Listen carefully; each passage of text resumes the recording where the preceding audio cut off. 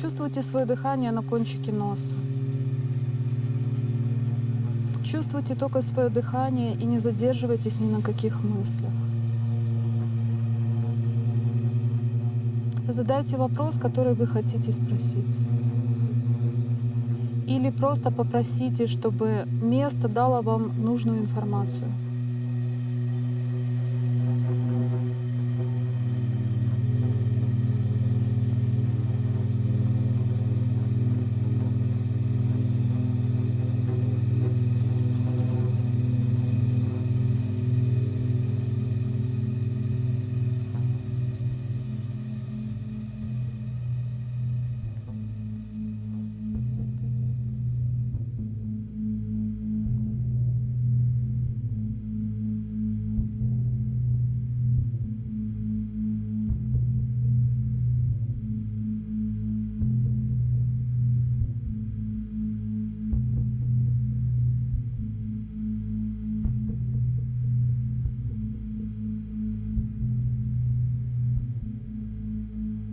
De manière générale, j'essaye de comprendre le fonctionnement d'un lieu et d'utiliser toutes les composantes possibles à ma disposition. L'éclairage, l'architecture, le déroulé de la visite, tous les moments qui vont s'inscrire dans le parcours du spectateur.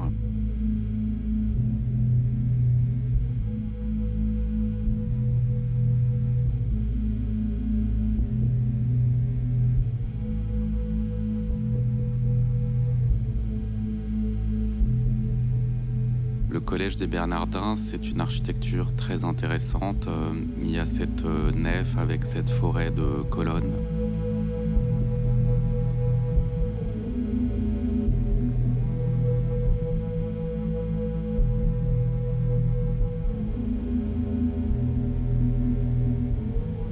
Ces colonnes se prolongent dans la sacristie.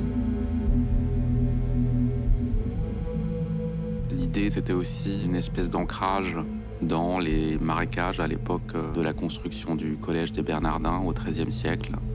Et elles ont été fortifiées récemment lorsque le collège a été rénové.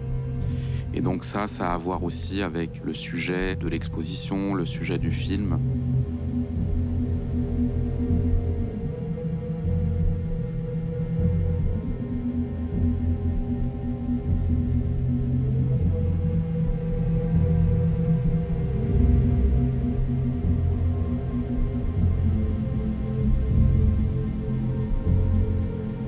En dehors de cette spécificité de l'architecture, il y a aussi l'idée d'un couloir temporel.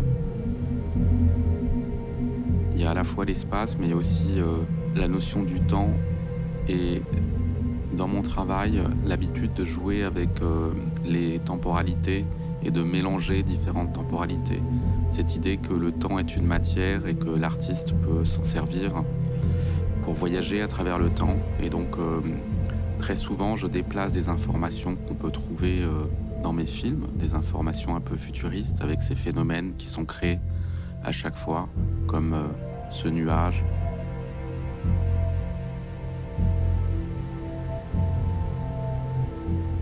Ou ces feux qui sont en suspension autour du mur païen.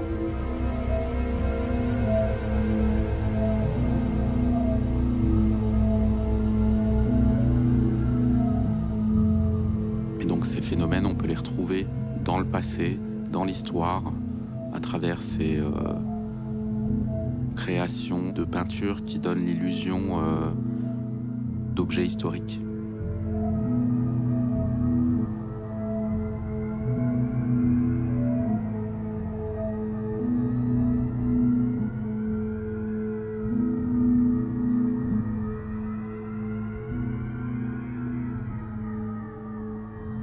Nous sommes face à un ensemble d'œuvres, mais la matrice reste le film, comme souvent dans mes projets.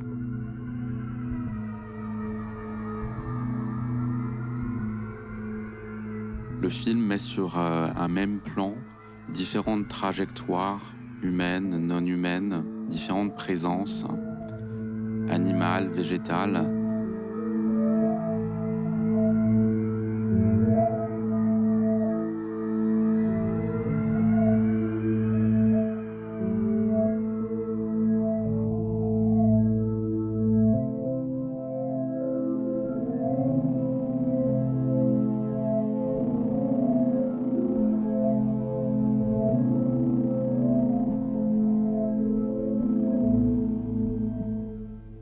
caméra elle-même est une espèce d'entité, de machine à laquelle on pourrait attribuer une intériorité, un fonctionnement propre.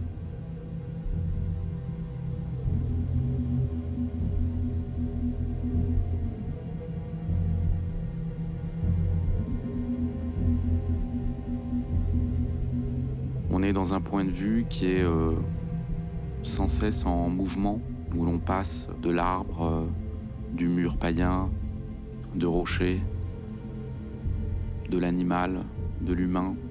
Et c'est cette mise à un même niveau de toutes ces présences qui se jouent dans ce film et dans cet écosystème, dans ce territoire imaginaire qui est créé par le film.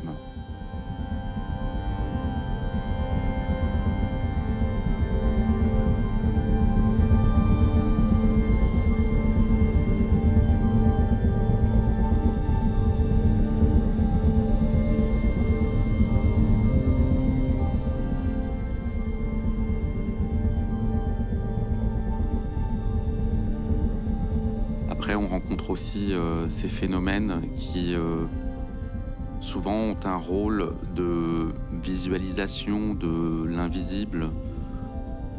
Ces phénomènes accompagnent mon travail et ils évoluent.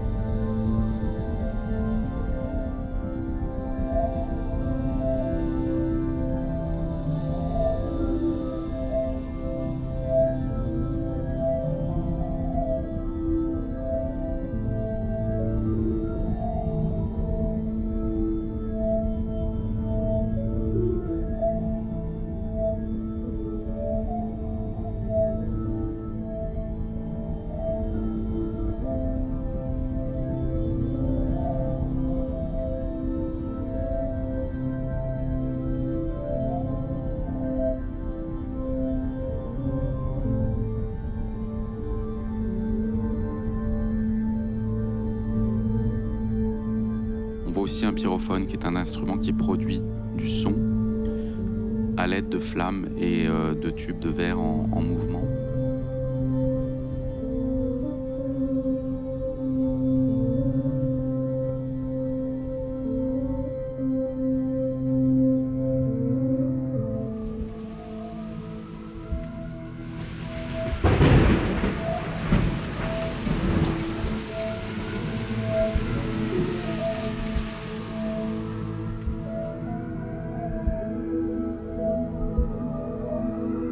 J'essaye d'utiliser des instruments et des caméras d'un type un peu nouveau.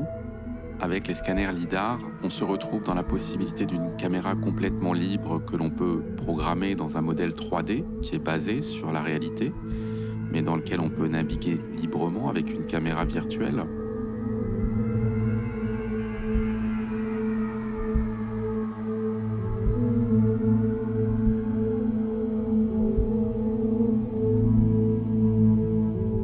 Ces mouvements accentuent cette impression de rêve, cette impression de flottement et cette impression aussi d'une caméra qui est une entité autonome, libre.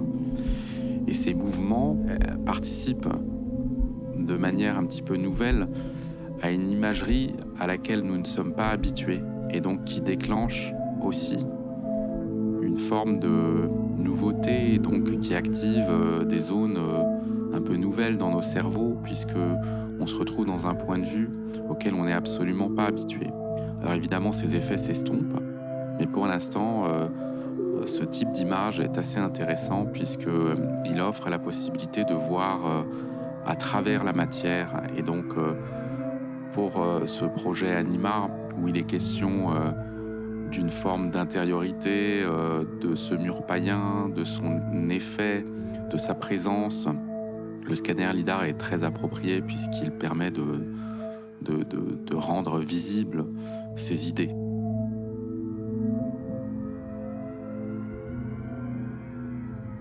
même si ma pratique est assez intuitive et elle correspond à des questionnements qui sont les miens, souvent, dans un deuxième temps, je vais faire le lien avec certaines théories, avec certaines recherches, le rapprochement avec certains ouvrages, certaines théories et cette nouvelle manière de déclassifier en fait et d'abolir certaines séparations classiques entre la nature et la culture, entre l'humain et le non-humain, et de pouvoir travailler ces questions de manière sensorielle et d'une manière qui ne soit pas illustrative ou littérale, mais plus en produisant une expérience.